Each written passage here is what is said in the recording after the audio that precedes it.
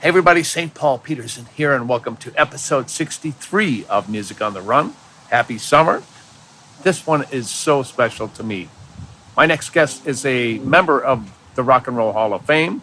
He's won a ton of Grammys, and I actually replaced him in Morris Day and the Time back in 1983. My guest, Jimmy Jam Harris, is next on Music on the Run.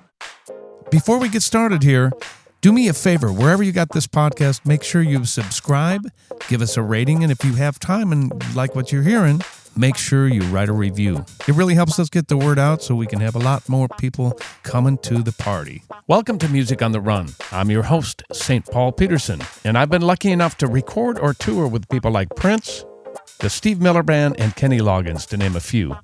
Music on the Run takes you behind the scenes of the entertainment business, and we explore how our guests survive and thrive while spending the bulk of their lives on the road. So sit back and enjoy the latest episode of Music on the Run.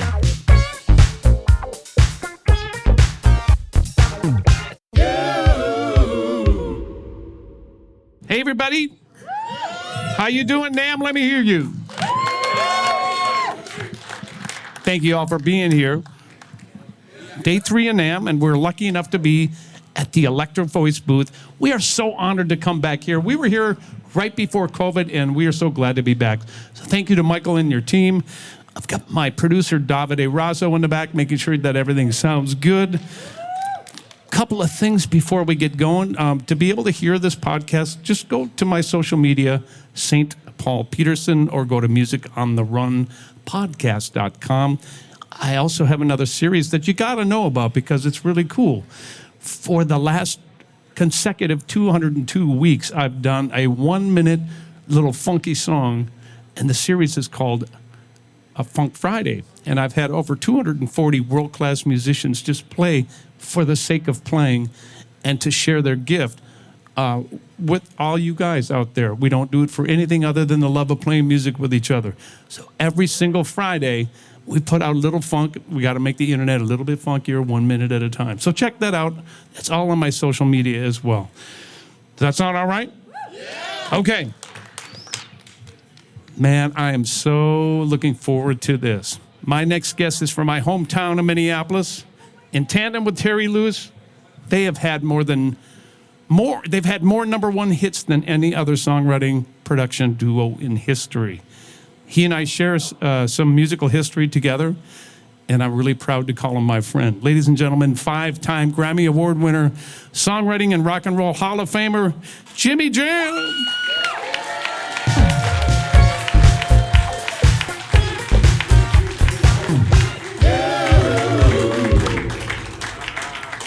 Good. Yes, sir. How was the trip in? It was wonderful because I have a Tesla that drives itself. You don't know how badly I want a Tesla, but I'm not sure I'm ready for the self-driving thing. Does that really work?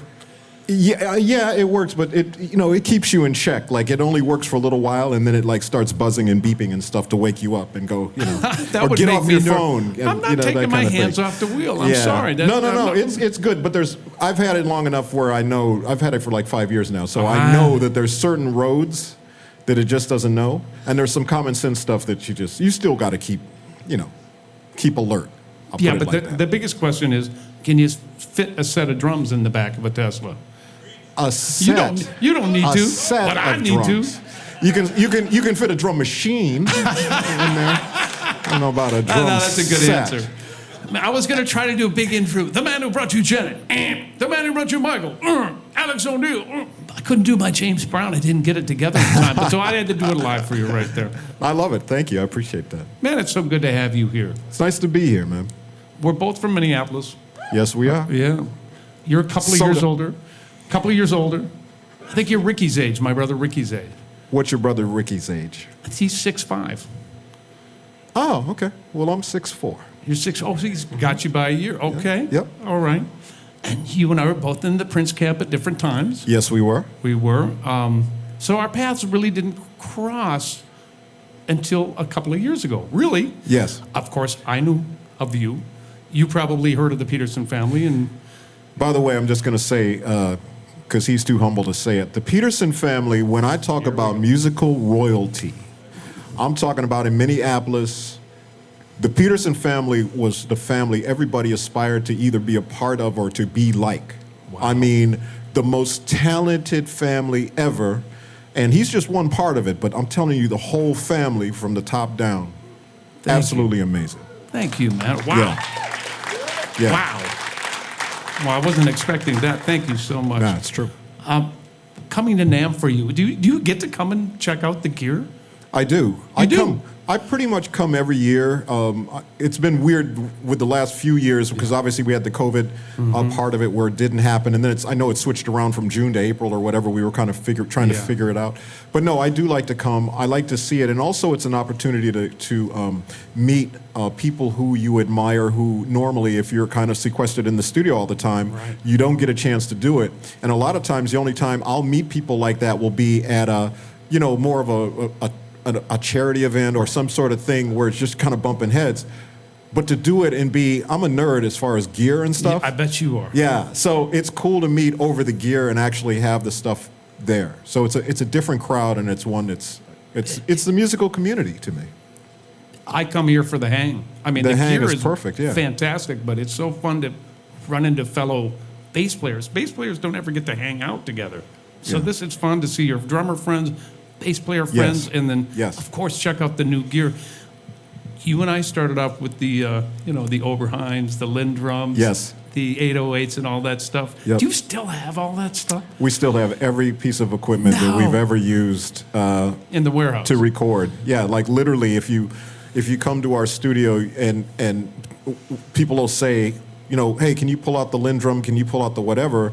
And we'll pull out the Lindrum, but it'll be the Lindrum that actually played Control, or the DMX that actually played on. Well, actually, the DMX is at the Rock and Roll Hall of Fame, but the DMX that actually played on Saturday Love, Alexander O'Neal and Sherelle, and that kind of thing. And we have the OB8s and all that stuff. Yeah, we have all of that. We enjoy using it still. How has technology influenced how you make music? It's totally different. Terry and I always say we love at the point we grew up, literally everything was analog tape. Right. And it gave you discipline because you had 24 tracks, and so whatever you were doing, you had to fit into those 24 tracks. Of course, nowadays, it's an unlimited number of tracks. Sometimes that's a bad thing. That's a bad thing. Yes, it is. Because you don't have any, anything to kind of guide you and to kind of go, there's a start and there's a finish. So you can just keep recording and recording and recording. I was talking to somebody the other day about when we did, as a matter of fact, it was Questlove. Questlove texted me last night, and he was listening to the song History, which is Michael Jackson's song, right? And I was telling him when we mixed that song, this was still before like Pro Tools and stuff, but we had digital tape machines, right? Yep. We had 48-track Sony machines.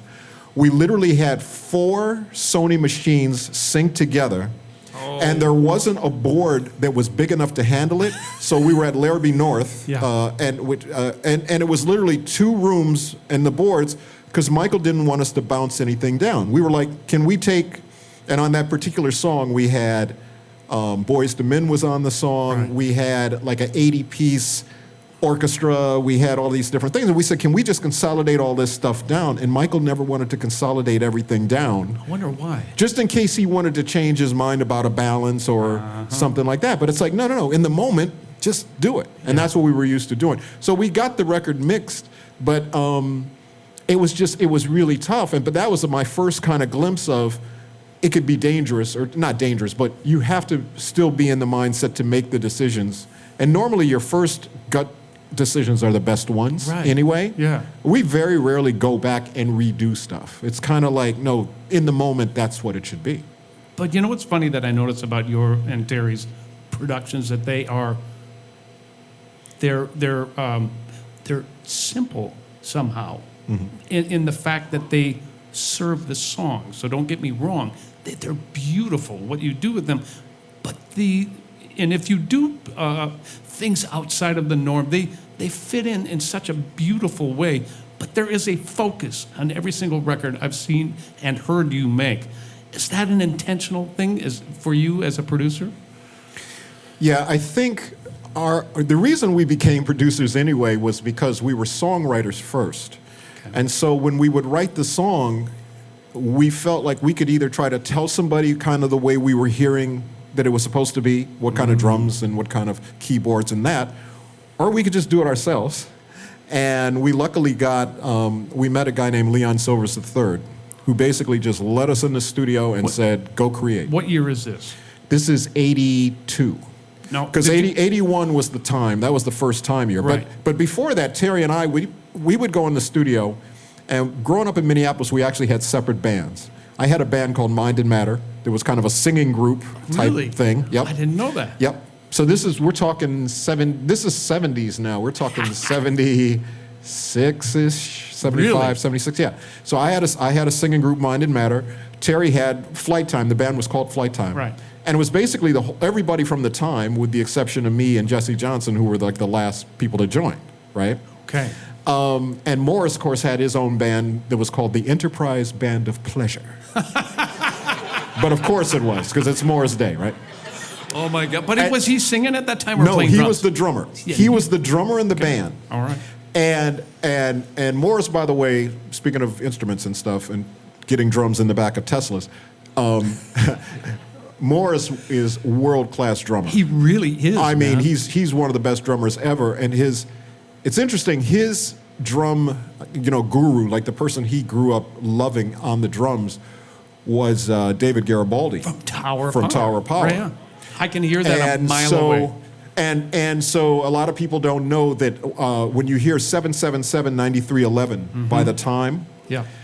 that's not a live drummer. That's actually a drum machine beat in the Lin that was programmed by David Garibaldi. There it is. I've been waiting to hear that from the source for a long time. People have asked me that question forever, and it was before my time. And I've heard that story, and I'm glad to hear it's true.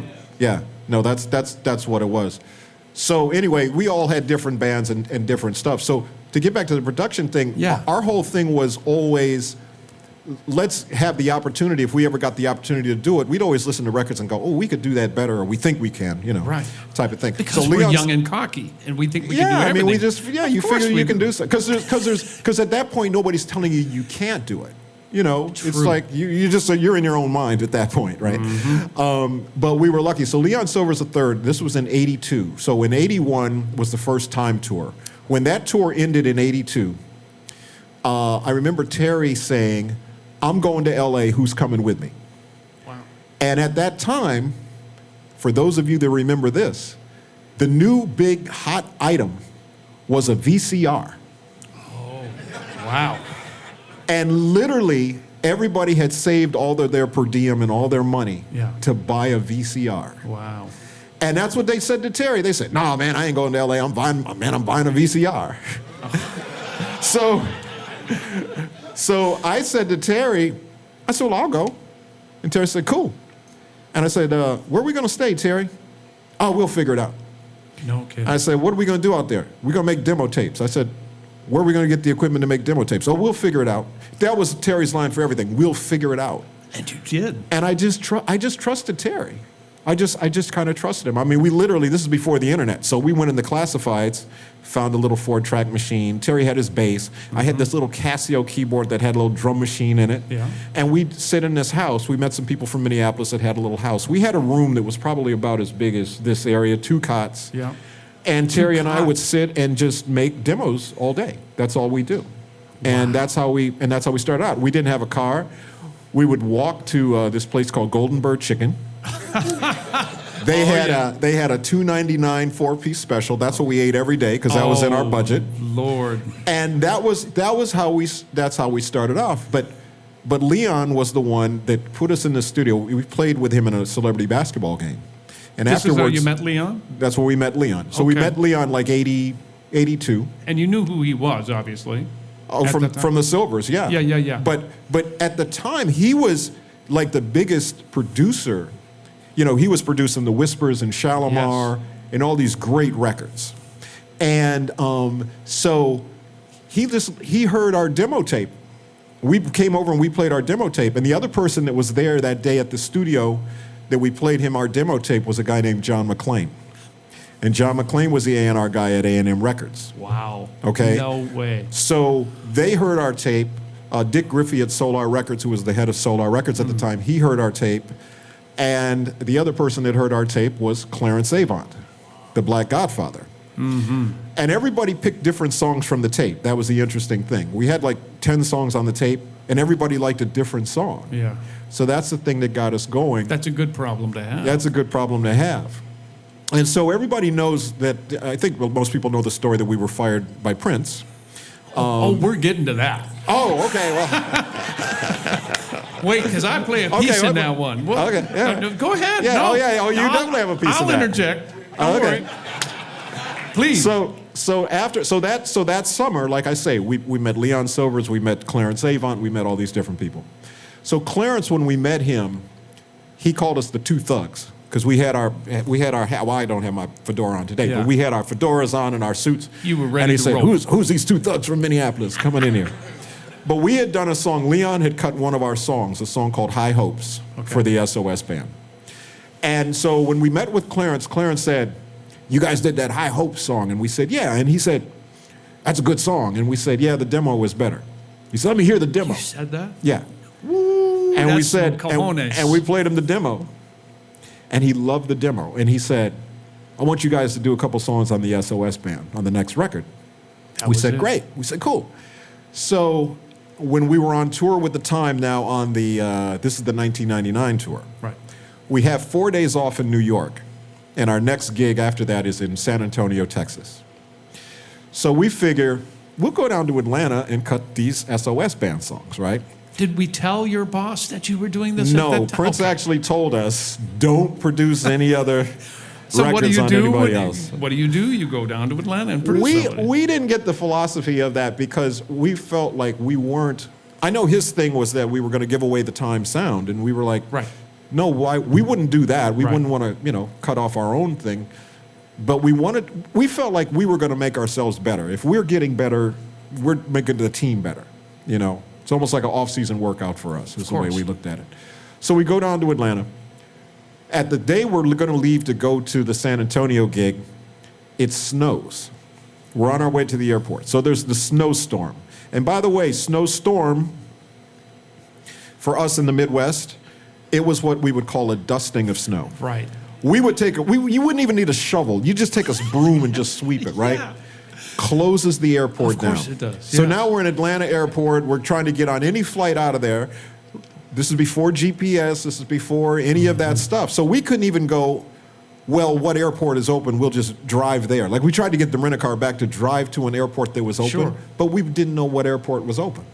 So we were totally stranded. We end up missing the gig. Prince fills in. Prince plays the bass, I think, from backstage, and I think Matt Fink plays. He knows the keyboard parts and stuff, Right. and Lisa and them. So they figured it out, right? When we finally got there, Prince thought we had gone down to see some girls in Atlanta. Okay. And he said, "That's what you get for going down and seeing those girls." And we were like, "Okay, Prince, cool." Yeah. The thing that undid it was about a week later, in Billboard magazine, there was a picture of us and the SOS Band. Oh. And I swear to God, we were trying to hide every Billboard magazine we could find. Like Prince would kept going, "Where's my Billboard? Where's my Billboard?" And we were like, "Oh, we don't know, Prince." We were like tossing it in trash cans. It was crazy. And of course, eventually he found out. Yeah. So when the tour finally ended, the night we were going to mix the SOS Band song, Prince calls us and he goes, "Meet me at Sunset Sound." And we said, "Okay."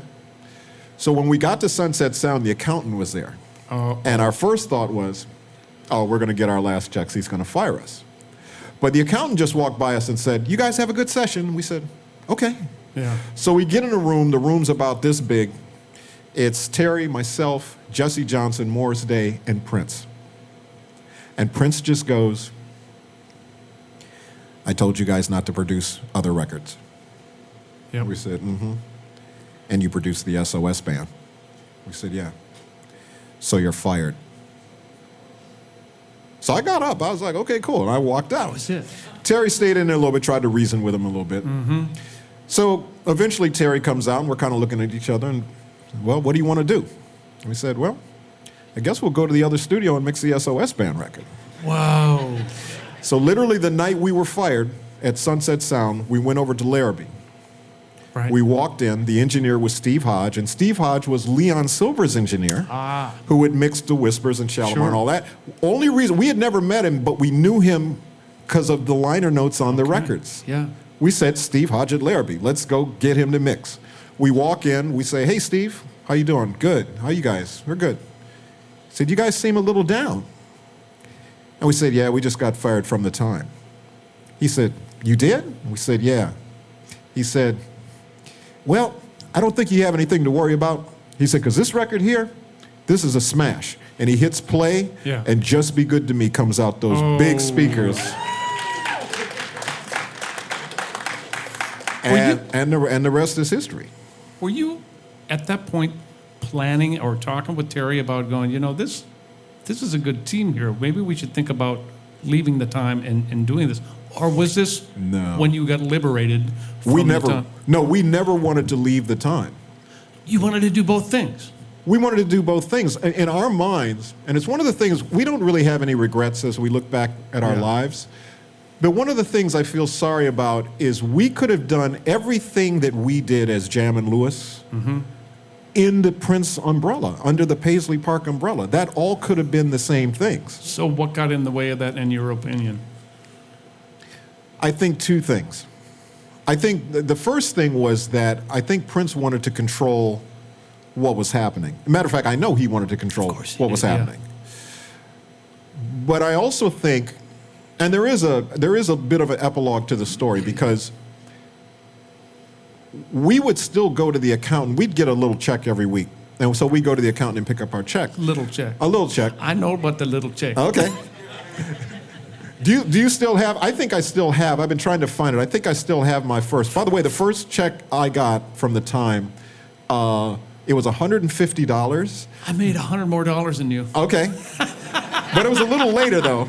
Inflation, Like right? 10, inflation. That's right. But no, but after the taxes got taken out, my check was literally $117 $197 over here. Yeah. Isn't that something? Right?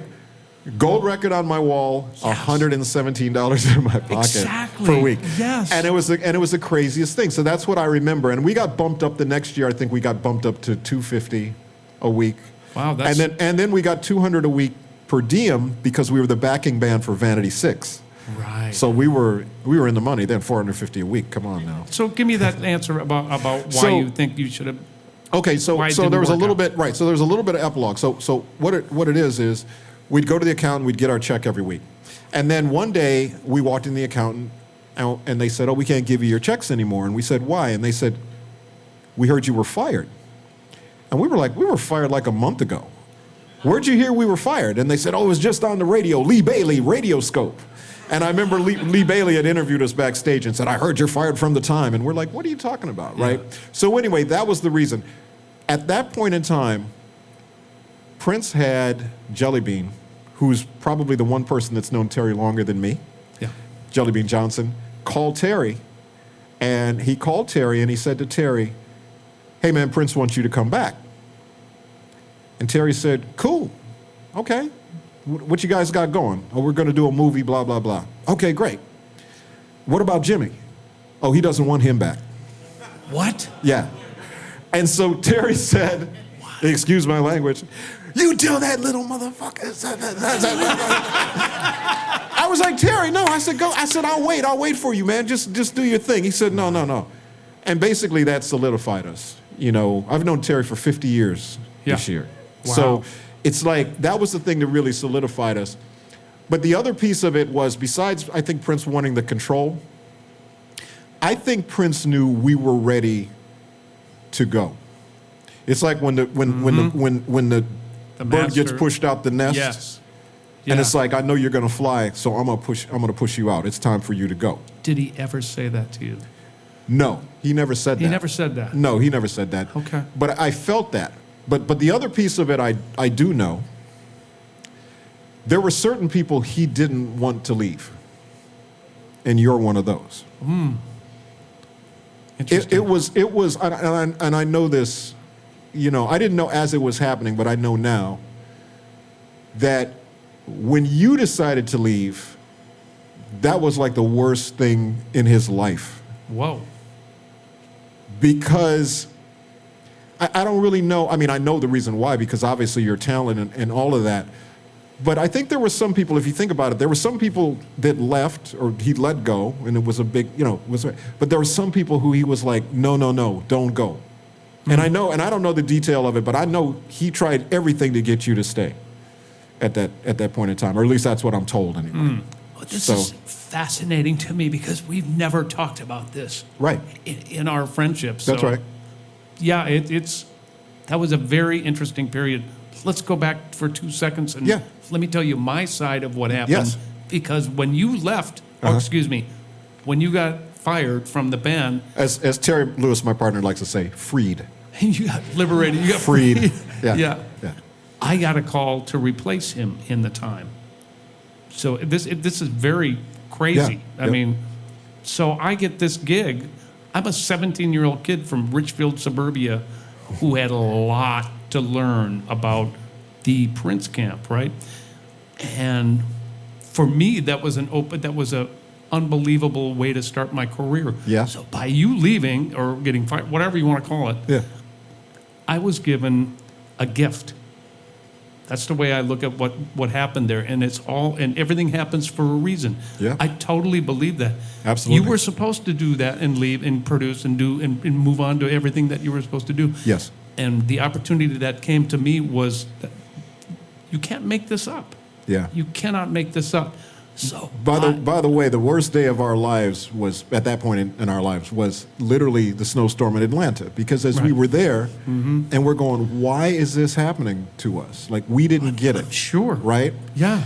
But of course, looking back on it, it was the pivotal moment of our career. And now I always look at things like that. Totally. When I don't understand why they're happening, I know that there's a reason. You know, whether you want to call it God's plan or whatever you want to, however you want to term it, there's a bigger plan than what you see. And sometimes you just have to go with it. And that's the thing. I always go back to that moment. Whenever something weird happens, I always go back to that snowstorm and I go, okay, there's a reason this is happening. I just got to stay in present, stay in the moment, let it happen, and there's a reason. It'll show itself later on. I'll look back on it and go, oh, because hindsight's 20/20. You can always look back and go, oh, of course. So that's what I always think about. I've wanted to ask this question to Jimmy for 40 years. You were a band of brothers, right? The time. When you got fired and you see these three people who are not brothers, meaning they weren't in that family, right? Of whom grew up together, come into the fold like that in Purple Rain, in the time. I mean, your band. Was that bittersweet for you? I know Morris didn't like it because he was never at rehearsal. And I know why now. Yeah. I wouldn't like that either if some little shit from down the street was replacing Jimmy Jam. I get that.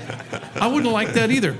But what was your feeling? Was that weird? Was it bittersweet? Were you like, oh, this isn't really the time? What was that experience like for you? It was... We're going to take a little break from the interview right now because I want to tell you about a couple of really cool things. First of all, we're having so much fun with our weekly 1-minute funk jams called Funk Friday.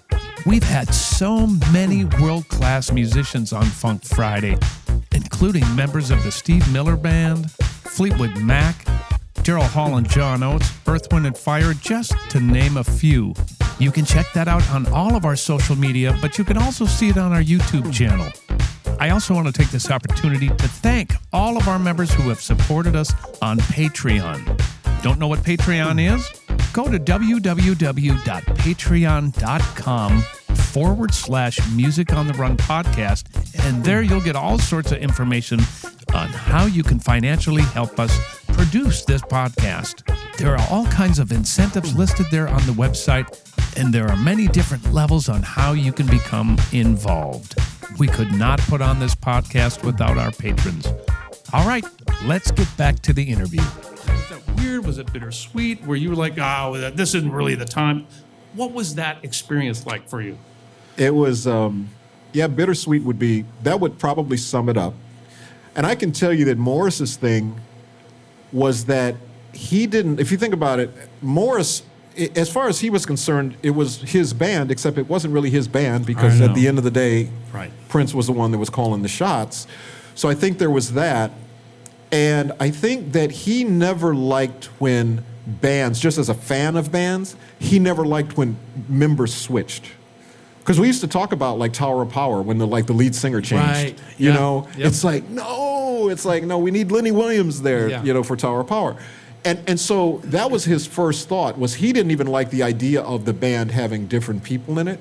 He understood business-wise that it had to continue, and they were going to do the movie. Right. So it wasn't anything personal against you guys. Of course not. Yeah. It was more just the idea that that was something he had always hated in his life. It was interesting for me because Jungle Love, which was Jesse Johnson's track, The Bird, which was a studio track originally, and there was a couple of other songs that Prince has put out, Fill You Up and Irresistible Bitch and some of these other songs. That was the Next Time album. And we knew that because we would be sitting on the bus and Prince would come on our bus, on our tour bus, and he'd say, listen to this. And he'd play a song and he'd be, this is going to be your next record. And we'd be like, okay, cool. You know. Thank you. So that was weird then hearing, you know, I mean, you guys obviously the live versions of it, but it was weird hearing like the live versions of The Bird and Jungle Love because it's like, yeah, we'd done those records like a year ago or whatever. So that was kind of interesting. But I was a fan. I didn't know Mark. He was the other keyboard player, right? Mark. And then it was was it Rocky Garrity first? He started at first, and then he got late. It was late for the first filming of Purple Rain, and, and he was out. fired immediately. Yeah. Then they hired. I mean, immediately. Immediately, yeah. That's the way they rolled back then. They weren't going to put up with that. Yeah. God bless Rocky. I miss him. What a great talent. Yeah, he was great. Jerry Hubbard came in as a bass player. By the way, Rocky was, when I was growing up, Rocky was a drummer, not a bass player. He was a great drummer. He was an incredible drummer. He played with a band called Cohesion. Yes, I have one small Rocky story. Okay. So Rocky and I were in the time. Rocky didn't have a car. So I'd come by and pick up Rocky, no problem. Yep. And he'd go, thank you, Paul. We're going to stop by. And then Lake Calhoun used to have the beach where you could pull in. You pull the in Black Beach. That's right. That's absolutely right. You know what I'm talking about, right? I certainly do. So sure, yeah. What do I know about that? So he's like, I'm going to take you somewhere. I'm going to buy you a beer for taking me home. I'm like, back in those days, I'm like, cool, beer. I love beer. So we pull in there, and we pull over, and he said, I'm going to buy you a beer. Can I borrow a couple dollars so I can buy you a beer? That's what Rocky did. That's right. Yeah. That's absolutely right. God bless him, man. That's him. You got to love Rocky, though. I love that, man. So. Man. So looking back on that, it was bittersweet as a fair word. It was bittersweet, but it was funny because I remember Terry and we came to, when you guys did, I think you guys played Detroit, I want to say, Purple Rain Tour. I never toured with a ton. You didn't? I rehearsed for like 9 months and did one gig. And then when I was in the family, I rehearsed for 9 months and did one gig. What was the one gig? Where was it? First Avenue. Oh, really? I didn't know that. When we taped the live stuff for Purple Rain. Oh, that was that's all right. I That's got. it? I never toured with a ton. Well, it's funny because we went to, so maybe I just remember Morris and everybody being there. Not everybody, but Morris was there, Bean was there. But we went to Detroit to see, I guess, Prince when he did the Purple Rain tour, which I think it might have been the first city. I was there, yeah. Okay, so what I remember was we were in this little room, or this like a hotel room and stuff, and everybody was just kind of gathered and hanging out and stuff. And Prince said something to Terry along the lines of, I'm filling up my bank account, Terry Lewis, what are you doing? And I swear to God, Terry walked out the room.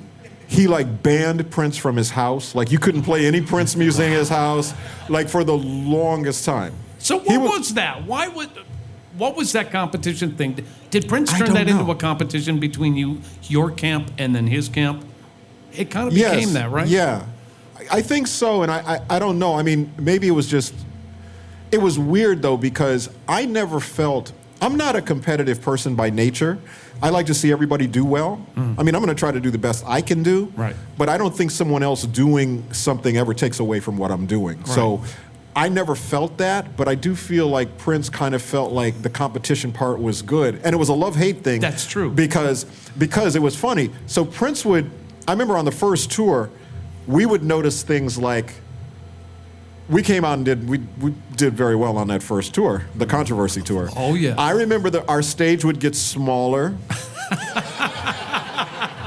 We'd have less lights all of a sudden. Right. We'd have no sound checks ever again. Right. Matter of fact, we did our show. Our sound check was literally, we called it the first minute of our show was sound check. Sure. Because we did The Stick as the first song. Right. The Stick was, if you remember that song, anybody remembers that song, the first thing was nothing but drums. Yep. It was like, ooh, my stick. I just love my stick. Okay, so while that's happening, the sound man's getting the drums together. Sounds like a St. Paul tour. Yeah, literally. Yeah, right.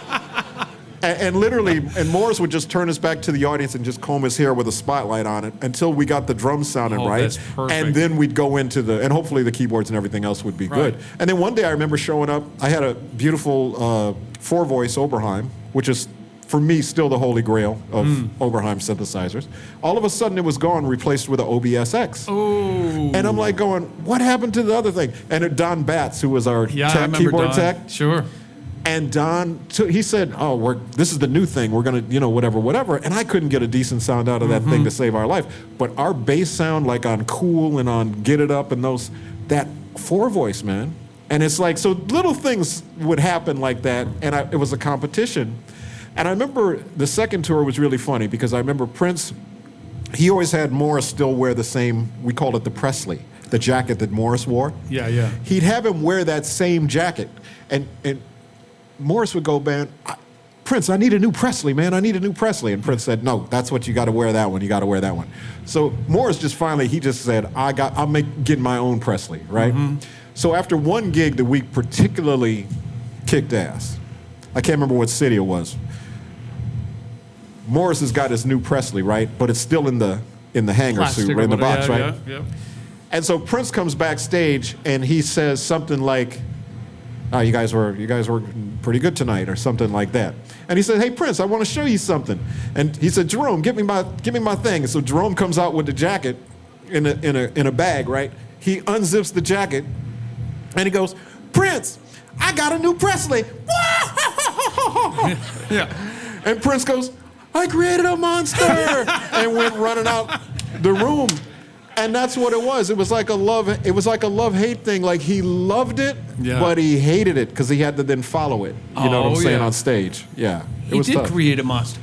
Yeah. I remember being in the family, and Sheila E. was new as well. Yep. And we would be at the rehearsal hall in Eden Prairie, Minnesota. And we would make VHS tapes. Yes. FedEx them. They would be disc tapes, like making fun of Sheila's band. Right? Yes. We're going to kick your ass. Yep. Do whatever cocky kids do. Yes, that's but right. this was all Prince driven because he wanted that vibe. So we'd send them out to her, and she in turn would make another disc video to the family, send it back to us to create this weird competition. Does this go back to like you guys hanging in in Minneapolis? Is that the community thing? Was that an egging each other on to be better kind of a thing? Sort of, although I don't remember us doing that. There was a community center called The Way on the north side of Minneapolis, and all the bands would rehearse there. So Grand Central, which was Prince's band, was there, and that was when Morris Day and Andre Simone were in that band. My band, Mind and Matter, would produce there. Flight Time would rehearse there. And please tell me Morris's band again. What's the name of it? The Enterprise Band of Pleasure. And by the way, speaking of that, there's one other irony. So Morris would play the drums in that band, and Sue Ann Carwell was the lead singer of that band, if you remember Sue Ann. Sue Ann Carwell is unbelievable. She's unbelievable. Yeah. And actually a lot of what Prince did as far as singing, particularly when he was singing his falsetto and those harmonies, that was all from Sue Ann. Oh, I didn't know I mean, that. she was a big influence on him, singing-wise. And but yeah, so Sue Ann would sing the whole night. But then one song, Sue Ann would go back to the drums. Morris would come out front and sing. And what was the song? Too Hot by Kool and the Gang. Really? 17, we fell in love. High Childhood school sweethearts. sweetheart. Right. Love is so brand new. Yeah.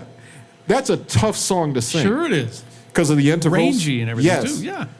When we saw Morris sing that, we were like, Morris can sing. How come he doesn't sing? That was always our thought when he'd come out and do it. But then we realized, oh, he's such a good drummer.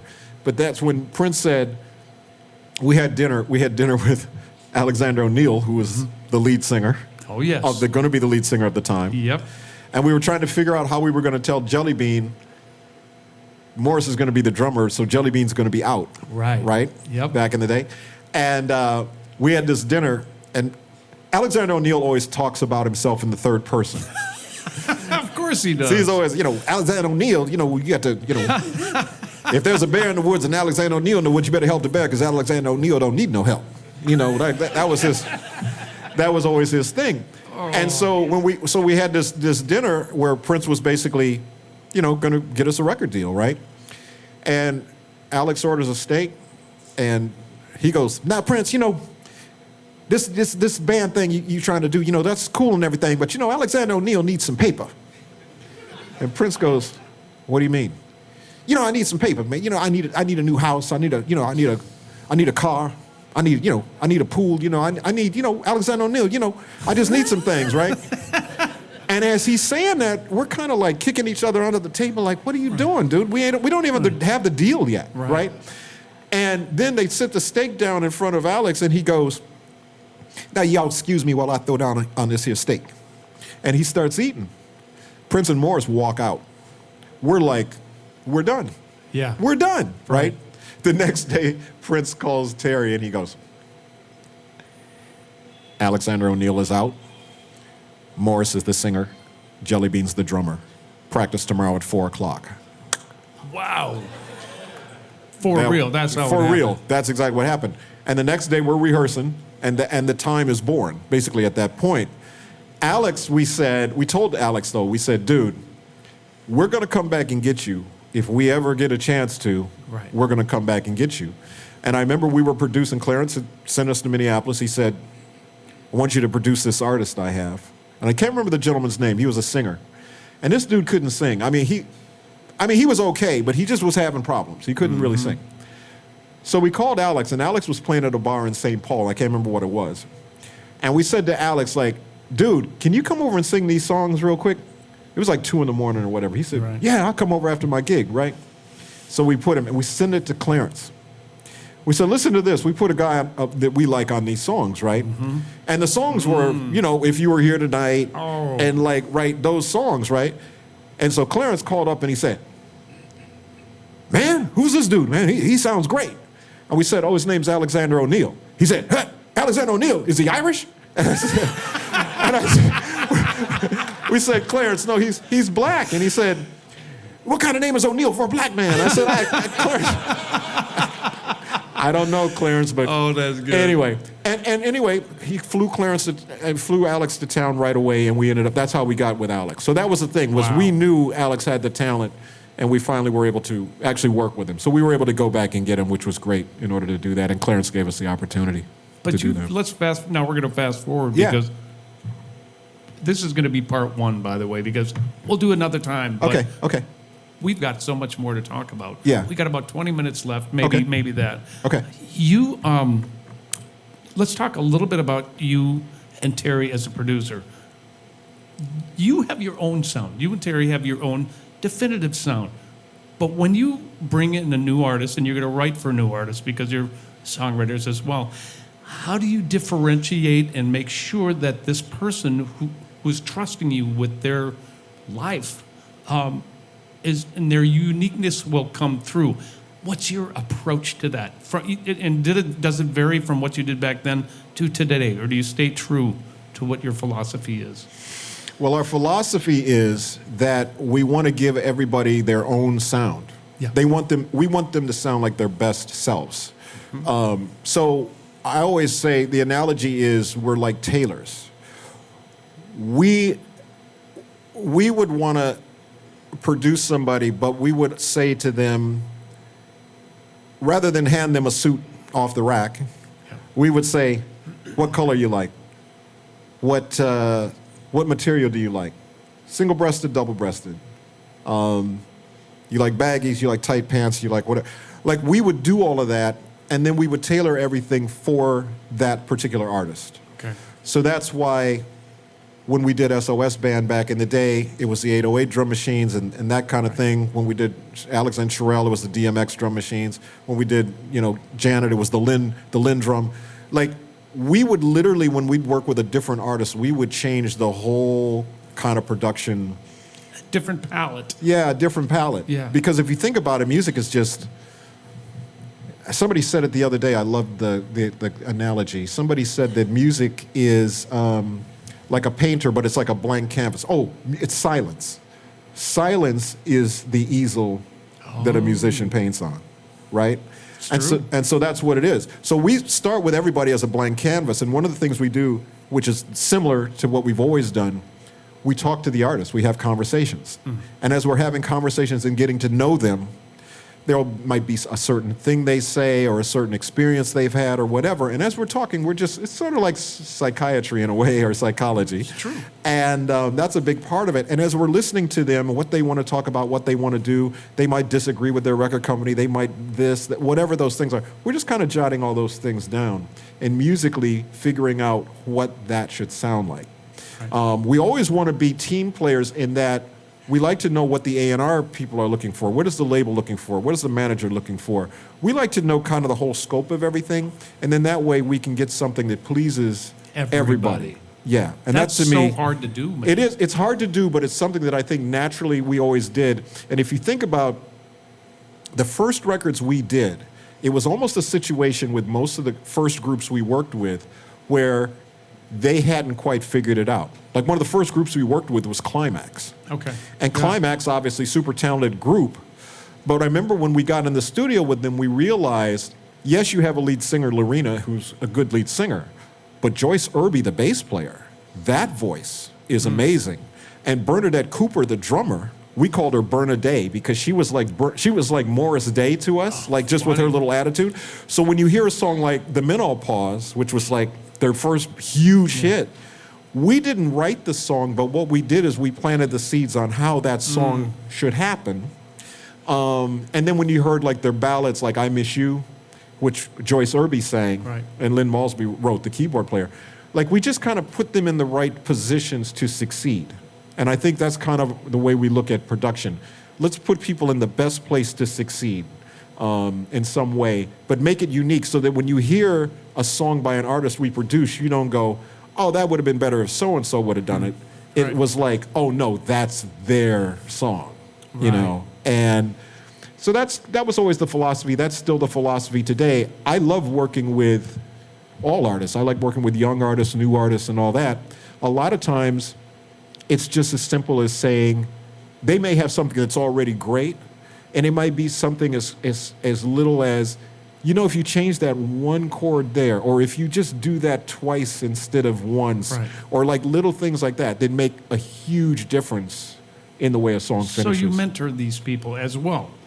Yeah, right? we always looked at ourselves like that, and we mentored the A&R people. Like, sometimes it was the record company people. I'll give you an example. It was like when we did a New Edition, when we did the Heartbreak album with New Edition, and Johnny Gill got installed in the group, which wasn't our plan. Our plan was we were going to do a solo album on Johnny, and but what happened was he got put in the group, and of course Gerald Busby, who was the executive at Motown that made he signed me to MCA, by the way. Yeah. Yeah. So Gerald said, hey, we're putting Johnny Gill in the group. Isn't that great? And we were like, yeah, how are we going to fit Johnny into that group? Right. That was, because that's, so it's kind of just a lot of problem solving. The first thing we realized was that Ralph and Ricky didn't like the idea of Johnny joining the group. But Biv and Ronnie, they were all in favor of it. They thought it was great.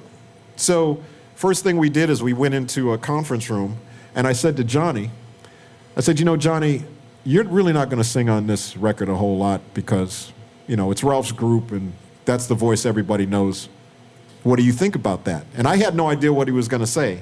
And Johnny said, hey, that's cool with me. I'm a team player, man, whatever you need me to do. Well, that instantly bonded the room. Sure. And then once that room was bonded, we were able to make that record. And we even then gave the record company, here's how the record should come out. If It Is in Love should be the first record because it's the most new edition sounding record. Not My Kind of Girl should be the second record because then we can introduce Johnny's voice a little bit on it. The third record is Can You Stand the Rain, which was basically You Make Me Feel Brand New by the Stylistics. If you remember that record. Hold on. So if you remember that record, Stylistics record, it started with the low voice. My love. Yeah. Da, da, da, da, da, da, da. I remember first time I heard that on the radio and I was going, who is this? And then I heard Russell Tompkins come in, Only You. And I said, oh, it's the Stylistics. That's what we did with that, with Can You Stand the Rain. So Johnny comes in, on a perfect day, I know that I can count on you. It's like, who is this? Yeah. And then Ralph comes in, because I need somebody. And it's like, oh, it's New Edition.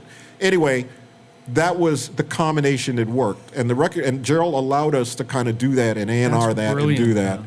And of course, you know, those records did pretty They good. did okay. Pretty good, yeah, pretty good. We luck up on a few here and there, folks. It's okay.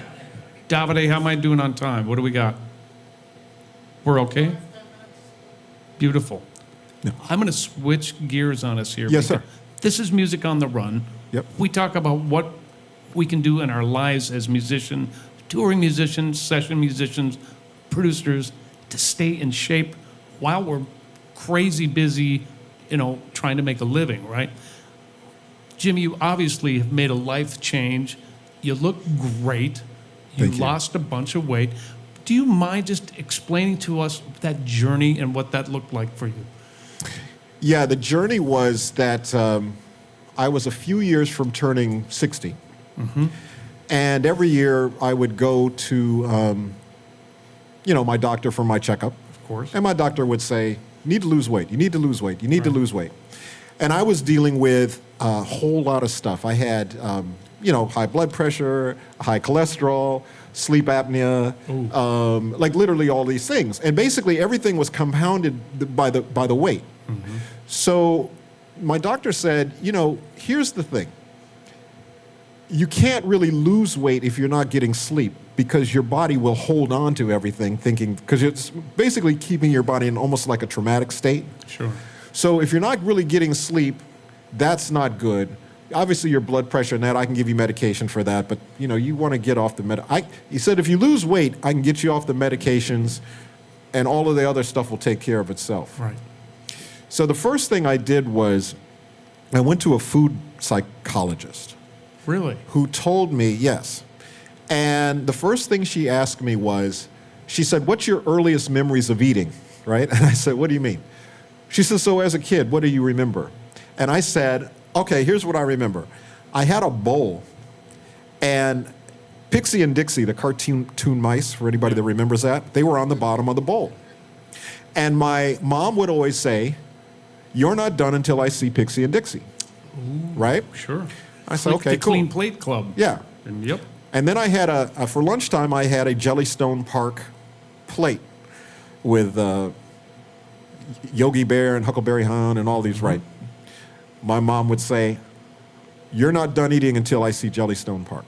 Wow. So she said to me, right, so you're not eating till you're full. You're eating until the plate is clean. Doesn't matter how much is on the plate or how big the plate is. And I said, yeah, and it reminded me of this place in New York that's no longer there called the Carnegie Deli, right? Oh, yeah. They had my favorite Reuben sandwich, and it was this big open-faced Reuben sandwich, and literally when you got it, it was almost like a challenge. It was like, there's no way you're going to eat this whole thing. Yeah. And I remember we used to go there with Janet. When Janet would be in New York, we'd go there with her and all that. I'd eat that whole thing because it was almost like a challenge, right? And so she said, the first thing is you got to get that out of your mind. You got to start cutting things in half, and you got to do that. The other piece of it was to get a jump start, I did what's called a gastric sleeve, which is, it just shrinks your stomach is basically all it does. Now, the thing about it is if I eat the way I used to eat, stomach will just grow back the way it is. So it's one of those things where you have to live the lifestyle correctly. So there's a couple kind of quirky things that I do. Like when I go to a restaurant, I know that whatever they serve, I'm going to eat half of it. Right. I'll take the other half to go. Maybe I'll have it later at some point. But I just eat half of what it is. So I'm only eating half of what it is. I've gotten rid of I was a big Diet Coke drinker and big Coke drinker and all that. Got rid of all that, all the fizzy drinks. Pretty much just stick to water. I do have a soft spot for Starbucks mocha frappuccino. Did you hear that, Starbucks? Did you hear that? Actually, as my son tells me all the time, it's very specialized. It's a grande mocha frappuccino in a venti cup, because then you can fit extra whipped cream in it. Got it. But they do a decaf version of it. So I've cut the caffeine part I've cut out. I try to walk. I don't do a bunch of exercise, but I do a lot of walking. Okay.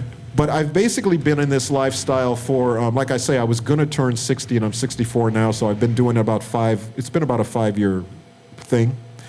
And what the other thing I will say that my doctor told me that really caught my attention, he said, how's your family? And I said, he said, how's your kids? Oh, they're great. He said, how's your grandkids? I said, I don't have any grandkids yet. He said, you want to be around to see them when you do? Oh. I was like, oh, is that where we're at? He says, yes, that's where we're at. He said, because there's 2 ways to go into 60. You can go in the right way or you can go in the wrong way. He says, you're going in the wrong way, and once you go there, there's nothing I can do. Right. So you might as well take advantage of what we can do and get it going. Wow. So that was sort of the little wake-up call. Definitely a wake-up call. Got it. Absolutely. How do you feel? I feel great. Although, here's the funny thing. People always say, a lot of times, they will say, wow, you don't look 64 and, whatever. And I always say, well, growing up in Minneapolis, I was probably frozen half of the year. Right. So on the outside, I might still be in my 30s. But trust me, the inside is old as shit. I'm sorry. I'm old on the inside. So don't be fooled. Thank you for sharing that with us. Really, I appreciate that. Absolutely. No, I hope that I never really talk about it. It's a personal thing, but I just feel like there's certain things that people can do, and I've shared it with friends, because people feel like it's a failure if they can't lose weight, and I don't ever want people to feel like it's a failure.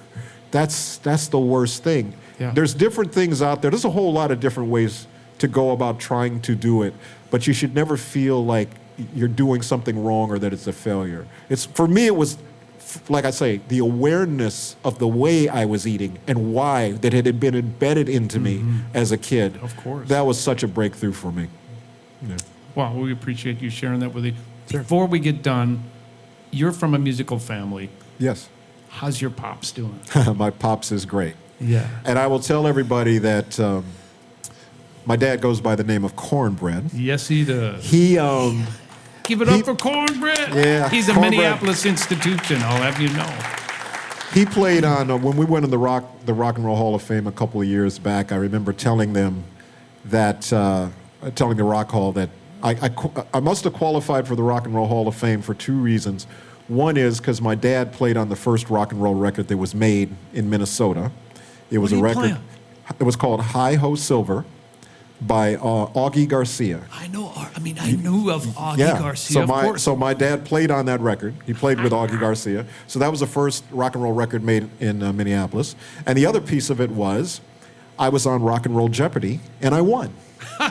So I said that alone qualifies me for the Hall of Fame. Forget about all the hits and all that stuff. But my dad is great, and I will just share with everybody that I was estranged from my dad for almost 50 years. We didn't talk, we didn't get along, it wasn't even that we didn't get along, we just didn't talk. And one of the things that changed that was Paul did a session with my dad and then sent it to me on Instagram and said, hey, I'm with your dad, he looks great, sounds great, we're doing this session, which started a conversation. And my kids now are grown, they're 27 and 23. And so I felt like I wanted to let my dad know that I didn't feel any resentment or any sort of bitterness towards him. I love the gifts that he gave me. And I know that the fact that, and I say it now because, it's not a big deal, but I dropped out of school. And I thought when I dropped out of school to pursue music, my mom was going to hit the ceiling. Yeah. But my mom actually said, as long as I see you really working towards it, right? So when we won our Grammy, our first Grammy for Producer of the Year, my mom was my date in the audience, and I got to thank my mom. And when I walked across the Grammy stage, that was like my graduation, right? But then somebody said to me, around the time you sent the tape with my dad, somebody said to me, do you think the reason your mom let you drop out of school to pursue music was because she didn't let your dad do it? Because she didn't. She told my dad, you can't really do music. You said you're going to give up music, which I couldn't imagine, give up music. But my dad did. So my dad sacrificed so that I could have my career. Whoa. And so I wanted to make sure he knew I didn't have any resentment or any bitterness. And we were able to reunite. We did Sounds of Blackness at Paisley Park a couple of years ago for the Billboard Awards. And when I was up there, I was able to go visit him and see him. And now we talk all the time. And there's a book coming out. Isn't that beautiful? I mean, there's actually a book coming out called Deeper Blues that'll be coming out this year. That's basically the story of my father. Is it Andrea? Andrea Swinson is the author of the book, who's one of the other people that put us. Matter of fact, Andrea, what's so cool is, Andrea said, hey, I'm writing this book on your dad. Would you come in on a Zoom? I meet with him every Tuesday at his house. Would you come in on a Zoom? And I come in on the Zoom, and we just have these conversations. We still do it. The book is done, but we still, every Tuesday, we still have these conversations. And I went back and played with him when he turned 95 for his birthday. I saw that. Went back and played with him and stuff, which was great. So that's the real it's stuff. a great right story. there. So I also say that because I want to thank you. You know how I feel, but publicly I just want to thank you because you're really the first seed of me and my dad reuniting. So thank you so much. I'm Tim. so honored. Yeah. Man, thank you. I will tell you that it's been so fun getting to know you over the last few years. Our paths, like I said in the beginning of this, hadn't crossed. Right. You were a little busy. A little bit. You were a little busy, as was I. Yes. You know? Yep. But then I started coming out to LA to play some shows, and he found me, and we talked, and he's like, can I come to the show? And I'm like, Jimmy? Really? And he and I have been hanging out. He comes to the shows, and it's just been fantastic to get to know you. What you've done for, number one, for Minnesota is unbelievable. Do we have any Minneapolis people out there that... All right, Okay. good. I love that. So Soda. you've done so much, not only for the world of music, but let's talk about Minnesota in general. You are the Minneapolis sound. You are. You and Prince. Part of. You are. You are Part part of it. But isn't that a cool thing to be able to say? Yes, it is. It really is. So it's so fun to be able to get together with you now and call you my friend, and it's just an honor. Will you do me a favor? Yes, sir. Make sure you say hello to Terry Lewis for me. I absolutely Give him will. my best, man, and I will. tell him I love him from afar, and I can't wait to get to know him too. Absolutely. Ladies and gentlemen, Jimmy Jam.